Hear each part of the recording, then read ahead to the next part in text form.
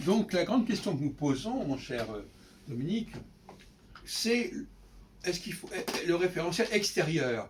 Alors, c'est facile de dire, je ne peux pas me fier à l'extérieur, je ne peux pas me fier à ce qui se passe à l'extérieur, donc je suis obligé de prendre ce qu'il y a à l'intérieur, voyez-vous.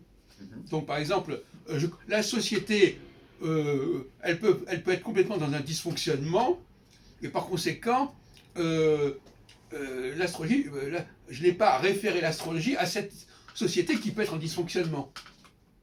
Voilà le genre de raisonnement que vous tenez apparemment. Et ça, je trouve que c'est absolument, c'est catastrophique de tenir des discours comme ça.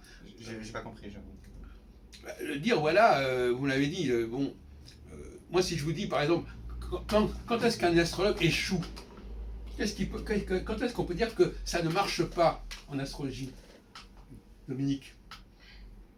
Qu'est-ce que c'est le critère? Voilà, c'est la vraie question que je pose. Je vais peut-être la poser d'ailleurs mercredi. Qu'est-ce qui fait que, selon quel critère, selon quel raisonnement, on va dire que ça ne marche pas? Qu'est-ce qui n'a pas marché? Qu'est-ce qui n'a pas collé? Je pense qu'il faut vraiment séparer qu'est-ce que permet la prédiction astrologique, que ce soit transit, direction, ou quoi que ce soit, et qui est différent d'ailleurs puisque on ne vérifie pas de la même manière l'analyse de la personnalité par le thème natal que la prédiction, c'est pas le même type de vérification. Bon, on va continuer, oui.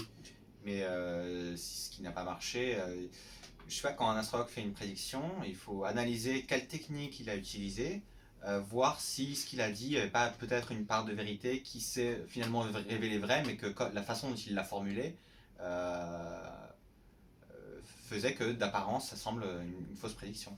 Par exemple, je prends un exemple, c'est les prédictions d'Elisabeth Tessier à la fin de 2019, qui prédisait avec la grosse conjonction dans le ciel de Jupiter, Saturne et Pluton, pensait qu'il allait avoir des guerres, du terrorisme et ce genre de choses. Et qu'est-ce qui est arrivé? Il y a eu la pandémie. Donc on peut dire que ces prédictions ont été fausses, parce qu'il n'y a pas eu de guerre. Il y a autre chose. Mais il y a eu autre chose, c'est-à-dire qu'elle avait eu le bon pressentiment au départ, mais la mauvaise analyse par la suite. Oui. Oui, mais là, justement, alors, personnellement, moi, je ne vois pas comme ça les choses. Moi, je pense que la société, en réalité, elle fonctionne selon des lois qui sont relativement simples. Alors, je ne parle pas des élections qui ont lieu tous les 5 ans, etc. Mais il y a quand même des choses qui sont... Il y a une certaine cohérence. Alors, le problème que vous posez, c'est est-ce que nous comprenons le fonctionnement de la société? Donc, en fin de compte, il y a deux questions qui sont en parallèle. Est-ce que je décris bien la société pour pouvoir dire que ce que dit l'astrologue correspond ou pas? Si j'ai une mauvaise définition de la société, j'aurais donc forcément, je ne pourrais pas correspondre à l'astrologie. Quoique, bon, si quelqu'un ne connaît pas bien la langue française, il ne pourra pas témoigner que la personne ne parle pas bien que la langue française. Donc il faut toujours qu'il y ait quelqu'un d'autre qui... Bon, mais alors, donc finalement, ça serait amusant que quelqu'un qui ne connaît pas bien la langue française vous dise vous parlez bien la langue française, ou vous la parlez mal, qu'il n'est pas bien placé pour le dire. De la même façon, quelqu'un qui ne connaît pas le fonctionnement de la société, comment un être humain fonctionne, etc., il ne sera pas en mesure de dire si l'astrologie fonctionne ou pas. Alors vous pouvez renverser en disant oui, mais l'astrologie va vous permettre de dire comment ça doit fonctionner. Bon. Alors on est dans un cercle vicieux, parce que on a deux repères qui tous les deux font problème. Un, je ne sais pas si j'ai une bonne définition de la société, et deux, je ne sais pas si j'ai une bonne approche de l'astrologie. En termes de description de la société, il y a la sociologie qui est assez efficace. Oui, justement. Pour ça, je vous dis, oui. Si, normalement, l'astrologie devrait correspondre à la sociologie. Pas pour être prévisionnel, mais en tout cas pour... Par exemple, si on prend le domaine de la psychologie, par exemple, qui devrait être une partie de la sociologie, je ne sais pas si c'est vraiment le cas. Parce qu'on dirait que la sociologie a fait un peu l'impasse sur la psychologie. Donc si on ne dispose pas d'une analyse cyclo-sociologique, comment peut-on tester l'astrologie? Parce que l'astrologie est justement censée nous parler de ça.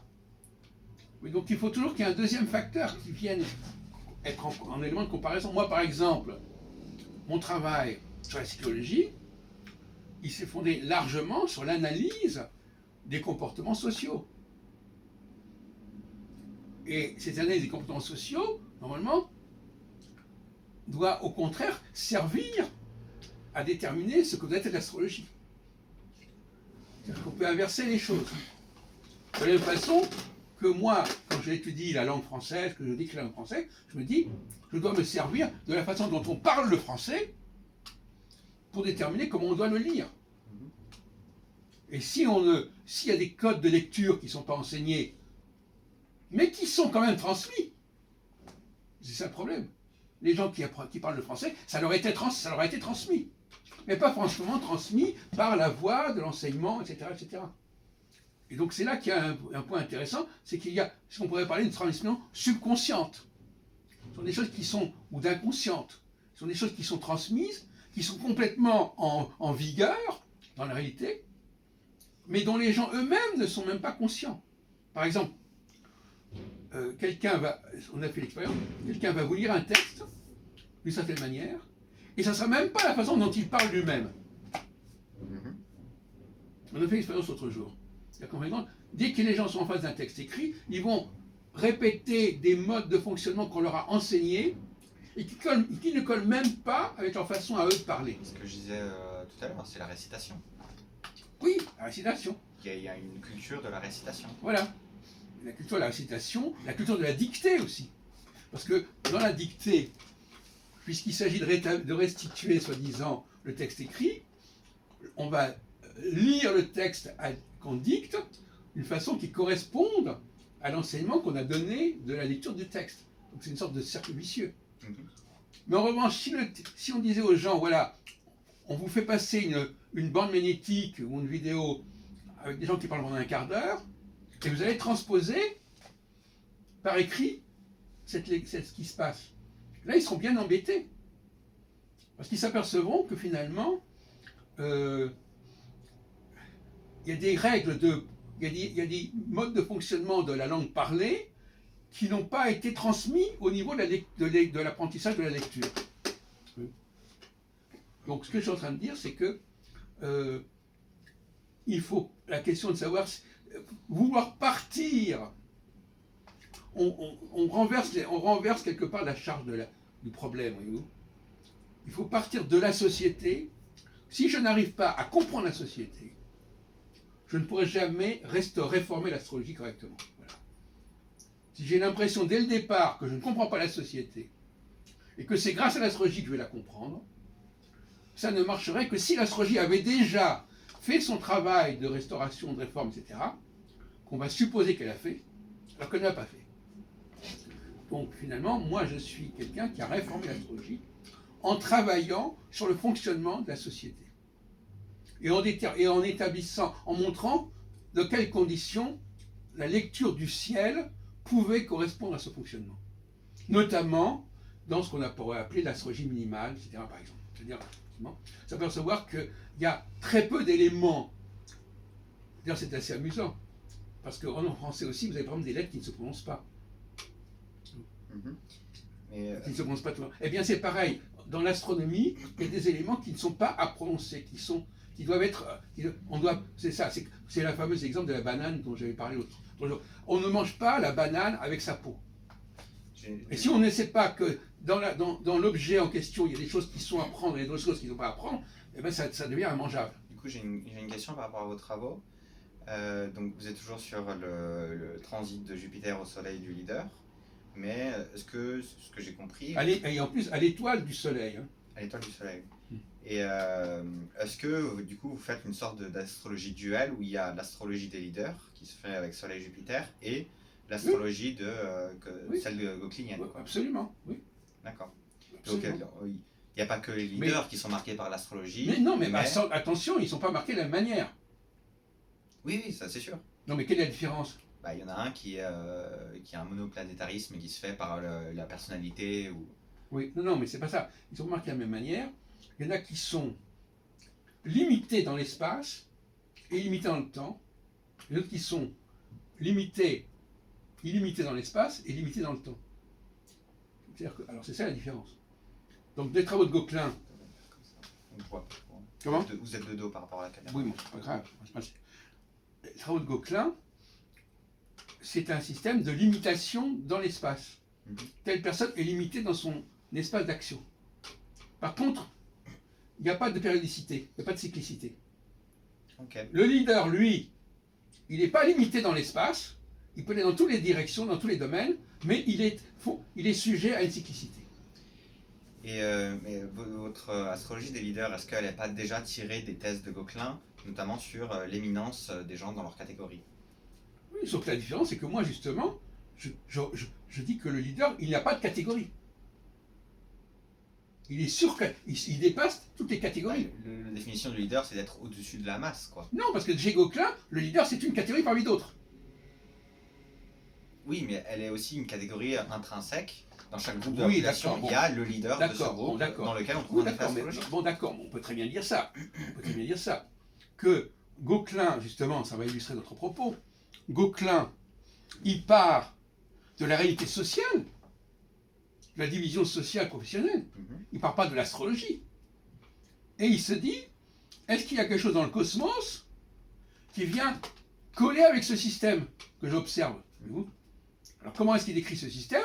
Eh bien, il prend les gens les plus brillants dans leur domaine comme référence, ce qui est normal. Parce que si les gens ne sont pas brillants, ils ne sont pas typiques, ils ne sont pas caractéristiques de leur profession. Quelqu'un qui fait un boulot comme il pourra en faire un autre, c'est pas intéressant. Donc c'est tout simplement ça. Voilà, il faut prendre les gens les plus caractéristiques de leur domaine. Et donc lui, il part de ça, il part de ce socle, et il va vers le cosmos en disant qu'est-ce qui vient corroborer ce système? C'est exactement la méthodologie que je suis en train de conseiller. Et de la même façon, moi, je pars de l'histoire des leaders, du mode de fonction des leaders, et je regarde ce qui peut fonctionner, ce qui permet astronomiquement qui correspond. Donc c'est pour ça que c'est l'école française, albronienne ou euclidienne, sont des gens qui ont compris qu'il fallait partir de la réalité sociale et remonter ensuite vers le cosmos, et pas l'inverse. Parce que la réalité sociale, on la connaît, on l'approche, on l'observe. Et le cosmos, c'est une inconnue. Et cette inconnue, on ne peut l'apercevoir qu'à travers justement cette réalité sociale. Mais il y a des gens qui ont exactement la démarche inverse, pour eux, c'est la société qui est une inconnue, et ce soi-disant les positions planétaires qui sont connues. C'est-à-dire que, bon, voilà. Pas que les positions planétaires, mais justement la technique et la culture qui vise à comment on lit. Non, mais voilà, voyez-vous, c'est ça le problème. Voyez, donc finalement, voilà, donc si, il est un fait que si vous n'avez pas une perception très aiguë du fonctionnement de la société, vous pouvez rien faire pour l'astrologie. Parce que là, en prenant le problème à l'envers, ça va nulle part. Non, je suis pas d'accord. Je pense que c'est pas comme ça que fonctionne la police, par exemple. Lorsqu'on fait une investigation sur une affaire, on crée plusieurs groupes de policiers qui vont chacun suivre une piste déterminée. Et ça va être la confrontation de ces différentes pistes entre elles qui va nous permettre d'avoir une meilleure approche de la réalité, de ce qui s'est vraiment passé. Oui, mais ça n'empêche pas. Donc, appliqué à l'astrologie, on peut dire que d'abord j'étudie la société et après je vois s'il y a quelque chose dans le cosmos qui y correspond, ou on peut voir est-ce que les codes de lecture du cosmos qui nous ont transmis sont efficaces pour décrire la société. Mais ça revient au même, effectivement. Vous aurez dit exactement ce que j'ai dit tout à l'heure. Effectivement, si les codes de lecture du cosmos, reprenez exactement mes propres mots d'ailleurs, curieusement, je ne sais pas si vous vous rendez compte, ça devient bizarre, parce que j'ai dit ça tout au début de l'entretien. Et effectivement, il y a échec de l'astrologue si les codes de lecture qu'on lui a donnés pour lire le cosmos ne correspondent pas à la réalité sociale existante. C'est exactement ce que je dis. Je prouve bien que de toute façon, c'est ça. Alors cela dit, je réponds encore une fois, que autant la société, on peut la comprendre assez facilement tout de même, autant le cosmos, c'est un véritable labyrinthe. Vous n'allez pas vous lancer dans le labyrinthe, vous n'allez pas partir de ce labyrinthe pour comprendre la société. Vous n'allez pas partir de quelque chose qui est complètement vaseux pour appréhender notre société que vous avez sous les yeux. Là, il y aurait vraiment un problème psychanalytique et même un problème... ce serait inquiétant à la limite. Hein. Mais il y a une logique intrinsèque. Peu importe que ça marche ou pas, il y a une logique intrinsèque à chaque technique astrologique. Et qu'elle soit structurellement fondée ou pas, c'est ça qu'il faut déterminer. Je sais que j'ai vu une vidéo où vous critiquez le dictionnaire de Bouchon. Et moi, Ah bon? Oui. Ouais, je m'en souviens plus. Parce Ça que... ne va pas être d'hier. Ah non, c'était il y a plusieurs années. Mais le fait, justement, je pense que le dictionnaire de Bouchon est un premier pas vers la bonne approche, c'est-à-dire une description encyclopédique de toutes les techniques astrologiques, Oui. regroupées dans un seul ouvrage. Comme Oui. ça, c'est plus facile d'accès. Et ensuite, qui permettrait un test plus simple. Écoutez, ça, je répète encore une fois, là on s'oppose à, on pourrait dire, l'approche l'école française d'astrologie, que j'incarne et que Gauquelin incarne, et puis des écoles qui sont plutôt anglo-saxonnes, que vous représentez quelque part. Enfin, il y a un peu ce genre de problématique de point de départ. Une approche anglo-saxonne? Oui, parce qu'effectivement, parce que Gouchon, parce que comme Chouinard, c'est pas Gouchon. Donc l'école française, c'est Chouinard, c'est pas Henri Gouchon. C'est Lasson, Léon Lasson, c'est éventuellement Kraft, c'est des statisticiens. Gouchon n'a jamais prétendu être un statisticien. Et d'autre part, une grande partie de l'astrologie française est influencée par l'Angleterre. L'autre jour, je faisais une émission là-dessus sur les petits bouquins d'Alain Léo. Bon voilà, ben, ça a formé beaucoup de gens. Donc l'astrologie britannique, l'école britannique, elle nous a influencés. Elle nous a forcément influencés. Ça a été traduit en 1908, je ne sais pas si vous vous rendez compte. Bon. Donc... Enfin, ça c'est une partie, disons que c'est... Si on dit il y a une astrologie entre guillemets scientifique et une astrologie populaire représentée par Alain Léo et scientifique, c'est pas seulement Chouinard, mais c'est aussi Franz Cumont, Bouchy-Leclerc et Fessuigère. Mais ça sont des historiens. Oui, mais c'est une des particularités aussi de l'école française, c'est d'avoir recherché des textes anciens, oui, peut-être, de les avoir regroupés pour le CCAG en 12 volumes pour les textes grecs, pour Henri Selva d'avoir accès à Morin de Villefranche, pour comment il s'appelle, Fomalhaut d'avoir créé toutes les tables mathématiques dans son ouvrage de 1897. Ouais. L'astrologie sphérique et judiciaire. Donc il y a bien déjà à l'époque de la fondation de l'école française une dichotomie un peu entre les deux. Non mais attendez, on peut même un système ternaire, parce que bon, moi l'astrologie populaire, c'est pas non plus ça non plus. Hein. L'astrologie populaire, elle a ses lettres de noblesse. Et je suis un défenseur de l'astrologie populaire. Pour moi l'astrologie française, elle intègre l'astrologie populaire. Hein. C'est-à-dire que le fait que les gens... Alors c'est ça, il y a une tradition orale, quelque part, inconsciente, que les gens se retrouvent, quelque part, ils ont le réflexe de dire que oui, ils sont de tel signe et tel signe, c'est déjà aussi une information importante, ça. Que ça soit dans le... Et ça ne correspond pas à l'idée du thème astral. Hein?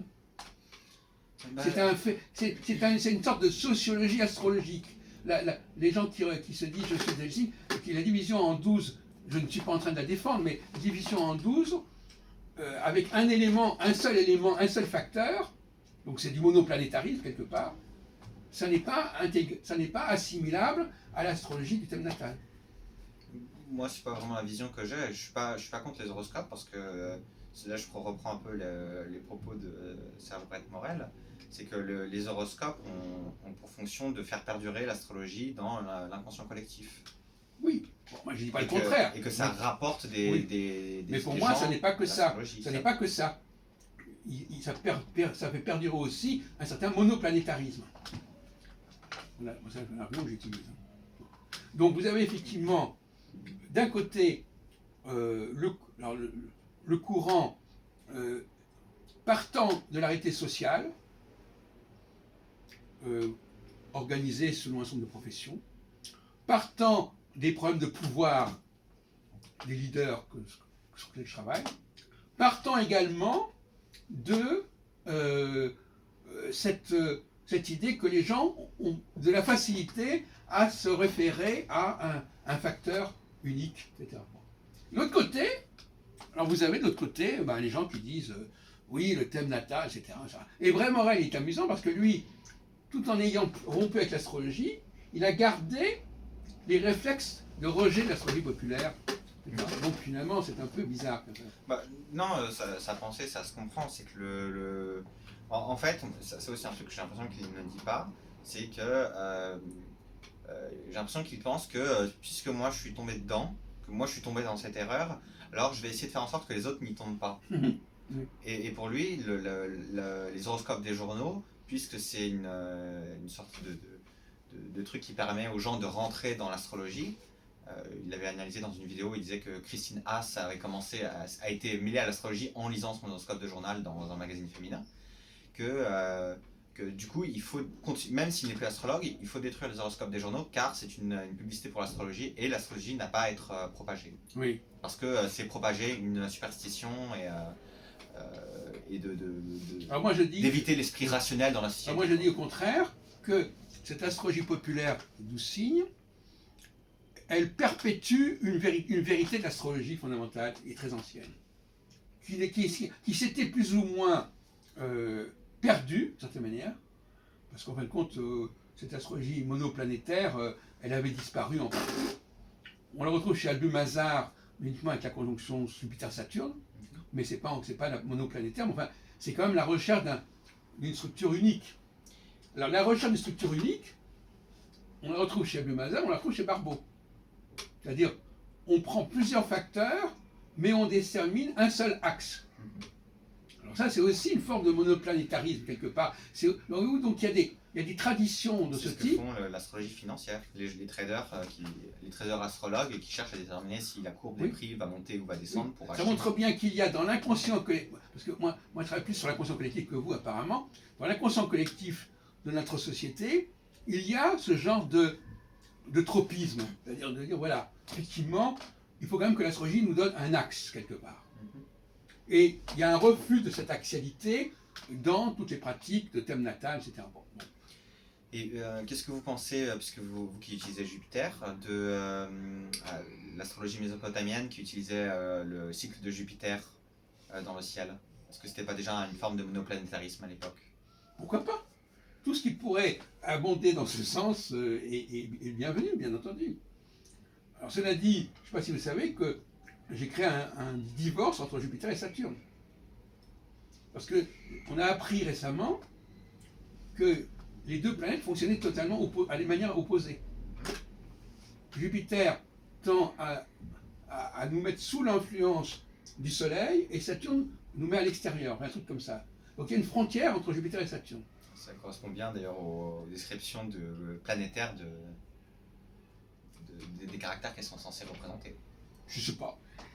Pas forcément. Je connais pourquoi elle le dit là. Non, on ne voit pas très bien le rapport.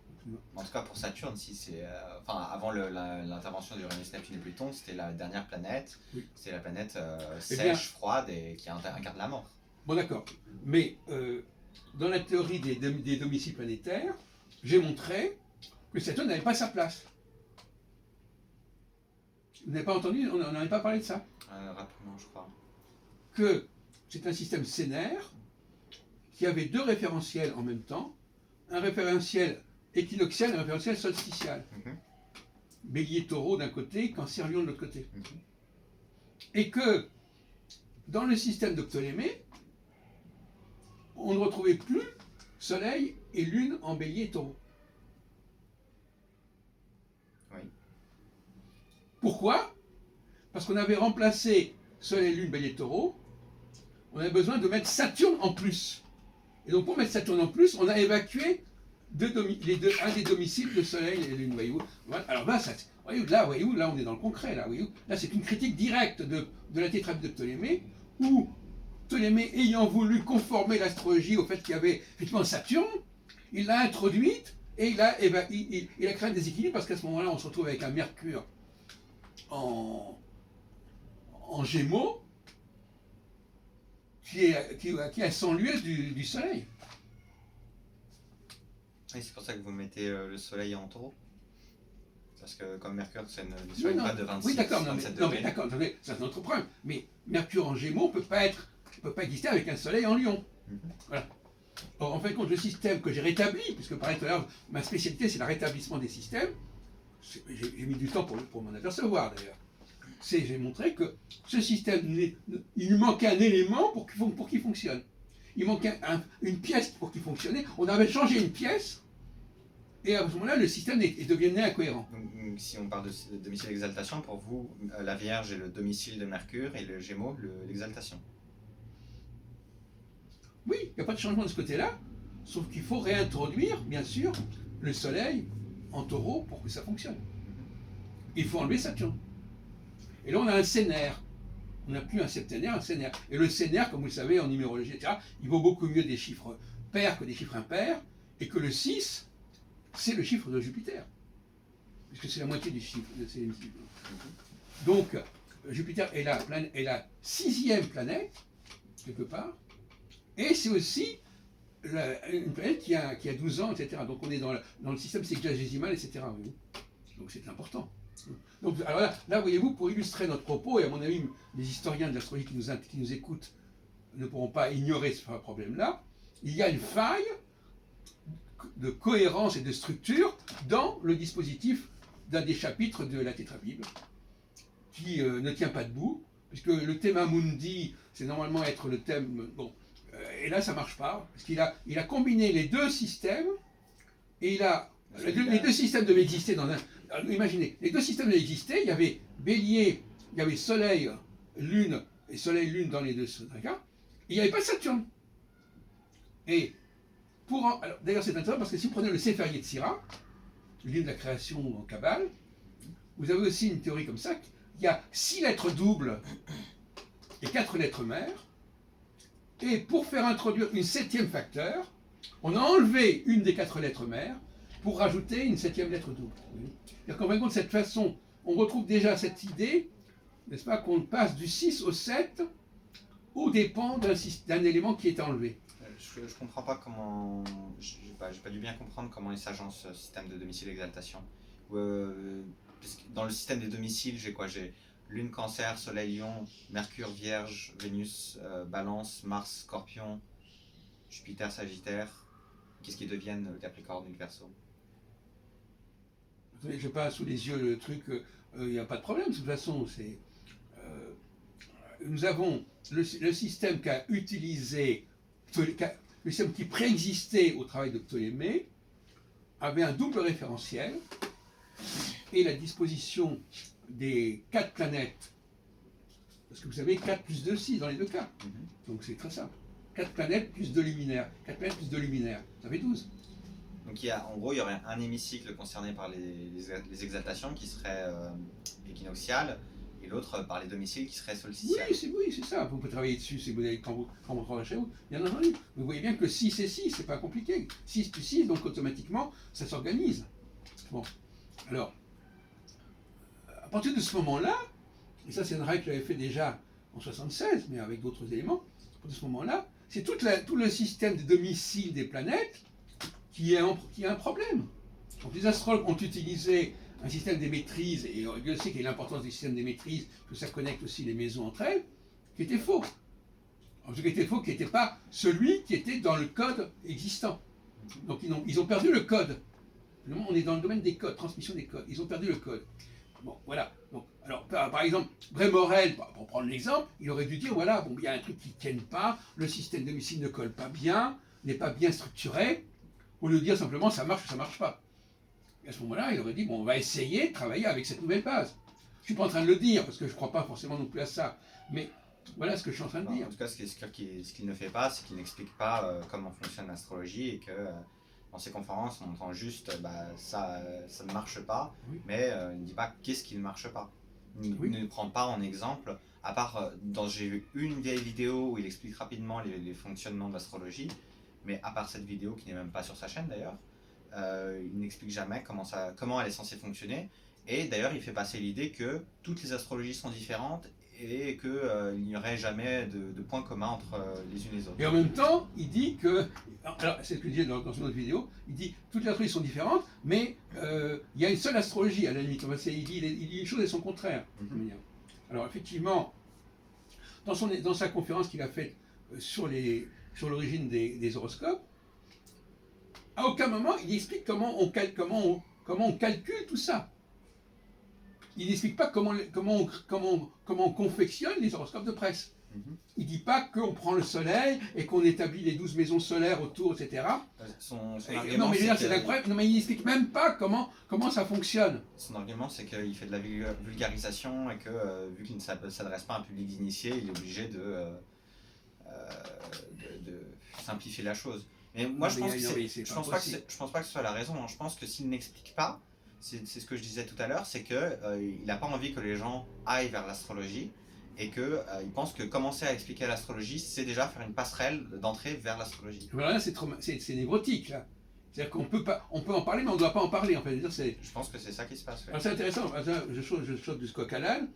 Je pense aussi que c'est le débat sur le féminin et le masculin. On ne veut pas préciser ce qui distingue les hommes des femmes, parce que si on commençait à le préciser, on ne pourrait pas dire que c'est la même chose. Oui, c'est le même blocage, c'est-à-dire que je ne peux pas me permettre de définir quoi que ce soit, parce que si je définis quoi que ce soit, je vais à l'encontre de mon projet de dire que c'est la même chose. Donc je suis obligé de ne même pas définir de quoi je parle. Et ça va très loin, c'est-à-dire que je ne peux même pas en parler, parce que si je commence à en parler, je suis bloqué. Ça, c'est un nœud névrotique, ça. Effectivement, il va peut-être s'installer dans ce genre de nœud névrotique. Je dois en parler, mais je ne peux pas en parler. Si j'en parle, etc. Bon, voilà. Donc, il y a des gens qui ont un schéma névrotique qui reconstituent constamment leur schéma névrotique. Bon. Alors, donc finalement, voilà. Puisque vous êtes passionné par les textes anciens, là, je mets cette pierre dans votre jardin, c'est-à-dire la description dans la tétrabible des domiciles des planètes, des domiciles d'exaltation en réalité, et je vous montre qu'il y a eu quelque chose qui s'est... Alors, moi, mon travail, moi je suis un historien, moi j'ai commencé en tant qu'historien des périodes relativement récentes, le Moyen-Âge, etc. Moi, ce qui m'intéresse, c'est la préhistoire de l'astrologie. C'est-à-dire de voir, à partir des systèmes qui nous sont parvenus, aller au-delà de ces systèmes, aller en amont de ces systèmes. Mais Patrice Guinard, il donne, j'ai vu ça hier, il donne une excellente bibliographie de tout ce qui est recherche universitaire à ce sujet, sur les origines de l'astrologie, les traductions des tablettes mésopotamiennes, ou de ce qui se passe en Égypte. Attendez, je suis en train de parler de quelque chose de précis là. Bah, de ce qui s'est passé en amont. Non, mais là, en amont, alors, travailler en amont, c'est travailler sur l'archéologie des systèmes. C'est pas simplement regarder ce qui s'est dit en amont. Il faut bien que vous ayez des sources pour ça. Non bah, là, par exemple, ce que je viens de dire sur Ptolémée, je n'ai pas besoin de sources. C'est une évidence qu'il y a quelque chose qui... Mais il a fallu que vous ayez le tétrabible de Ptolémée pour pouvoir en parler. Oui, mais en amont. C'est pas dans le tétrabible ce que je suis en train de vous dire. C'est une critique du tétrabible. Mais oui, mais vous ne pouvez pas critiquer quelque chose dont vous n'avez pas accès. Est-ce qu'il n'y aurait pas moyen de... Est-ce qu'il n'y a pas des sources auxquelles vous pouvez accéder, qui sont encore plus anciennes, qui proposent justement cette archéologie que vous cherchez? Mais cette archéologie, elle se suffit à elle-même, mon vieux. Vous avez un système, vous montrez que ce système, il y a quelque chose qui s'est déformé, point final, ça y est. Oui, mais si on dit que ça s'est déformé, c'est que vous supposez que ça a été parfait à un moment, et que peut-être, si on regroupe... Non, même pas. C'est dans la logique même interne du système que ça marche pas. Ça ne veut pas de peine de supposer quoi que ce soit. Le système ne peut exister que comme ça. Donc c'est-à-dire que même précédemment, pré-Ptolémée, on n'aurait pas eu ce système parfait, mais l'idée de domicile et exaltation était l'appréhension d'une idée imparfaite que vous auriez corrigée du coup. Mais je ne sais pas comprendre ce que vous dites. La démarche structurelle, je prends même si je connais rien de ce qui a existé avant Ptolémée, je peux le déterminer à partir de Ptolémée, par un processus archéologique. Ça, vous ne comprenez pas. Du moment que je fais l'archéologie de son système, qui est porteur d'un... son système me révèle par ses incohérences même ce qu'il y avait avant. C'est-à-dire que ce système n'existe dans son incohérence que parce qu'il y a un autre système plus cohérent qui a préexisté. Donc le fait de vouloir vous accrocher à ce qui a été écrit avant, on s'en fout complètement à la limite. Bah, si, puisque vous parlez d'un système qui existait. Et on peut le déduire par le fait même que ce soit chez Ptolémée, on peut déduire ce qui a existé avant Ptolémée. Mais ce serait bien d'avoir aussi, si on a une confirmation Non. Vous êtes tout le temps avec des béquilles, mon vieux. Non. Vous pouvez déterminer... D'abord, un système, j'emploie le mot archéologie exactement, archéologie du savoir, comme dirait Foucault. Vous faites de l'archéologie. C'est-à-dire qu'en réalité, ce système, vous pouvez le creuser et vous apercevez qu'il y a des couches en dessous. Et donc déjà, vous arrivez à des éléments qui sont en amont du système. Le système est porteur de sa propre histoire. Voilà. Donc, moi, dans la Tétrabible, il y a ce récit que je viens de vous dire. Il y a implicitement quelque chose de cet ordre-là, à savoir qu'il y avait un système avant qui a été déformé pour des raisons que je vais vous expliquer tout à l'heure, à savoir la volonté à tout prix d'introduire Saturne dans le système, et ça a eu comme effet, non seulement au niveau de la Tétrabible, mais aussi au niveau d'un ouvrage qui est à peu près contemporain de la Tétrabible, qui s'appelle le Livre de la Création, où il y a eu le même phénomène. C'est-à-dire qu'on est par... Alors peut-être que je suis passé trop vite là-dessus. En hébreu, il y a 6 lettres doubles. C'est-à-dire 6 lettres qui ont une double prononciation selon qu'on met un point ou pas à l'intérieur. Et le Sefer Yetzirah, c'est un commentaire de cet alphabet. Mais, normalement, ce système a été corrigé, si on peut dire, par l'adjonction d'un 7e facteur, la lettre Resh, qui n'a pas cette caractéristique d'être double, mais qu'on a rajouté pour que ça corresponde aux 7 planètes. Mais pour que ça corresponde aux 7 planètes, il a fallu prendre le groupe de 4 planètes, de 4 lettres mères, et en enlever une pour la mettre à autres, etc. Donc vous voyez bien qu'il y a toute une structure comme ça de passage, où on passe du 6 au 7 en déséquilibrant tout le système. Pour vous, introduire Saturne dans l'astrologie, ça a déséquilibré la langue hébraïque? Non, parce que c'est un commentaire de la langue hébraïque. Je ne suis pas en train de parler de la langue hébraïque elle-même. C'est un commentaire. Ce commentaire, il faut le mettre en parallèle avec la Tétrabible, en montrant que c'est le même processus. C'est ça que vous appelez le livre de la création, c'est ça? Quoi? Le livre de la création, c'est de ça que vous parlez? Oui, le Sefer Yetzirah. La création qui est peut-être comme un des ouvrages majeurs de la Kabbale, et qui serait attribué au 3e, 4e siècle. Non, c'est pas très bien. Donc vous avez déjà, pour répondre à votre question, vous avez déjà un exemple de ce phénomène de glissement dans un autre corpus. Donc autrement dit, il faut s'arrêter à Jupiter. Il faut s'arrêter à Jupiter, et ce qui est intéressant, comme je disais tout à l'heure, c'est qu'astronomiquement, aujourd'hui, on considère qu'il y a effectivement une frontière entre Jupiter et Saturne sur le plan gravitationnel, etc. Donc effectivement, à partir du moment où on rajoute Saturne, on fausse déjà le système. Et en outre, dans la mythologie, Saturne est éliminé de l'Olympe.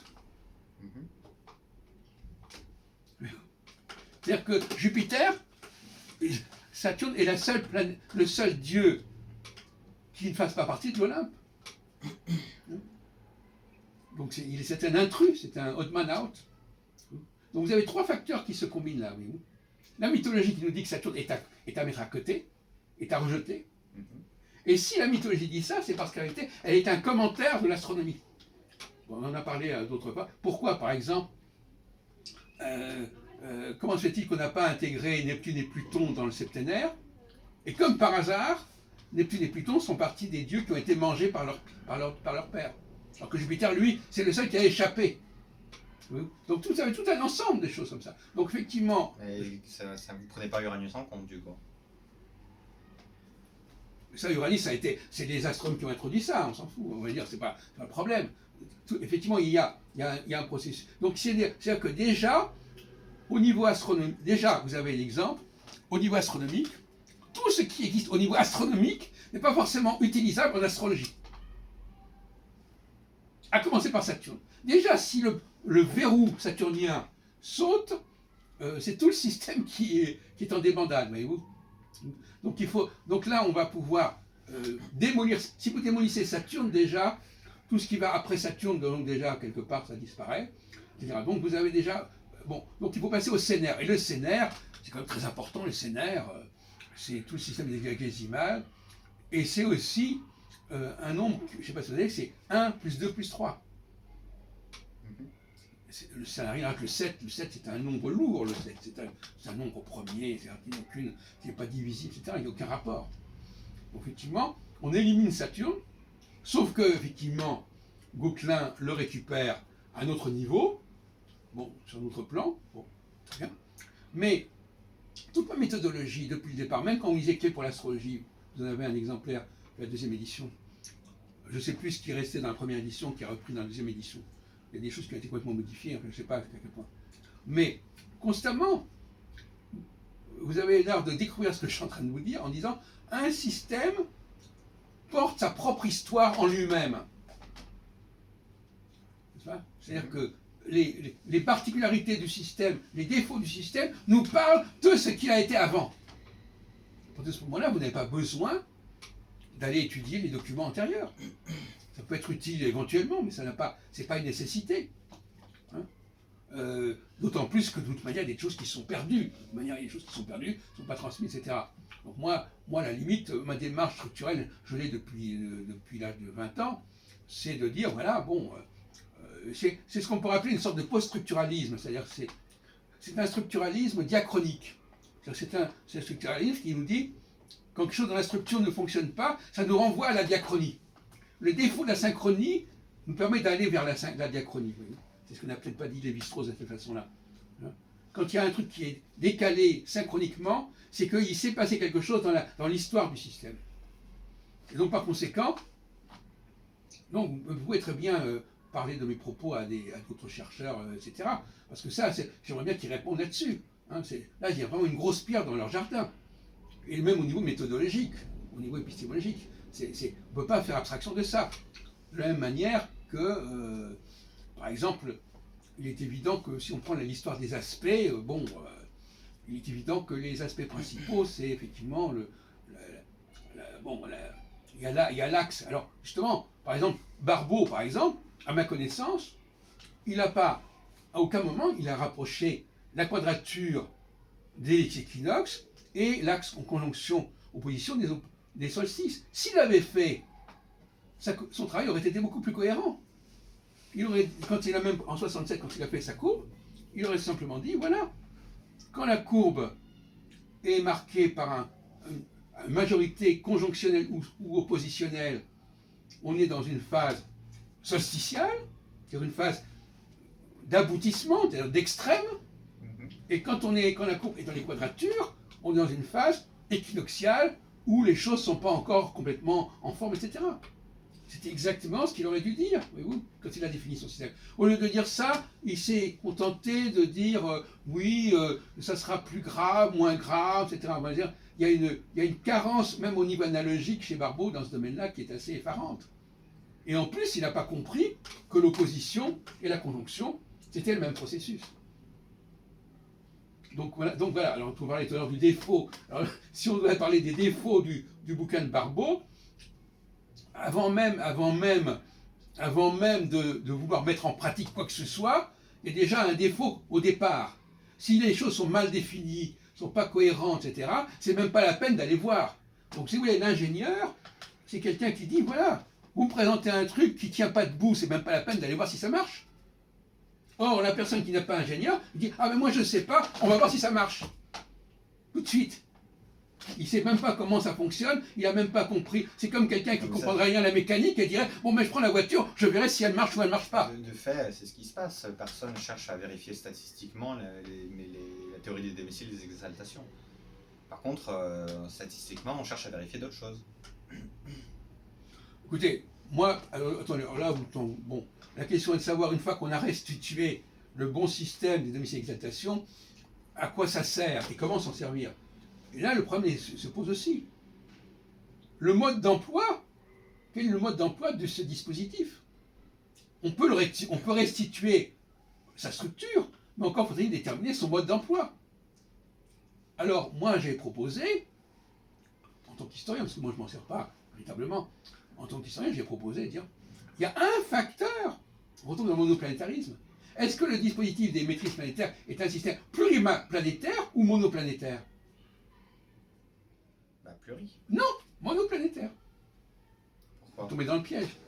Parce qu'en réalité, il suffit parce que justement, il suffit de faire passer un facteur à travers les 12 signes zodiacaux pour activer les différentes tonalités du système. On avait parlé de Manilius l'autre jour. Ça, vraiment, ça vous a échappé. Donc il peut être tout à fait monoplanétaire. Et même à la limite, il peut même être, on peut même faire passer l'instant. Ce système-là est justement fait pour un facteur unique. Il est fait pour ça en réalité.